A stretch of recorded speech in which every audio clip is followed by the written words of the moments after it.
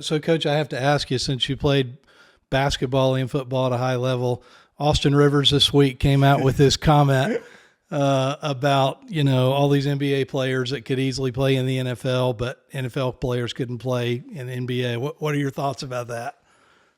I've never met a football player who didn't think they could play basketball.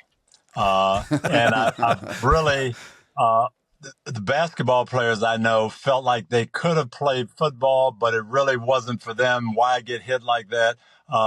Both sports are so fine tuned, and you've got to be excellent. Quinn Buckner was a year ahead of me in coming out. He played at the University of Indiana, was a great football player, ended up giving it up to play basketball. Deion Sanders played baseball and football.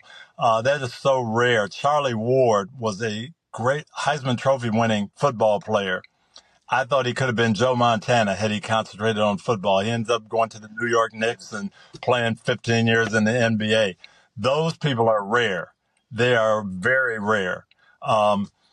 Most people think they could play the other sports. I thought I could be a basketball player. It didn't take me long to figure out I couldn't. I think Austin Rivers, if he came out and played maybe a week of training camp, he would say, I don't know if I can be a football player.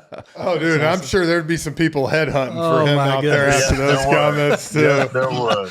Coach, when you were in high school, did you continue to play multiple sports? I did. Basketball was my first love, and that's what I love to play. My best sport was baseball. When I was in high school, I actually got a letter from the Kansas City Royals. They had just started that academy, and they wanted me to come and, not play any more sports, not go to college, but to come to their academy, and they would draft me.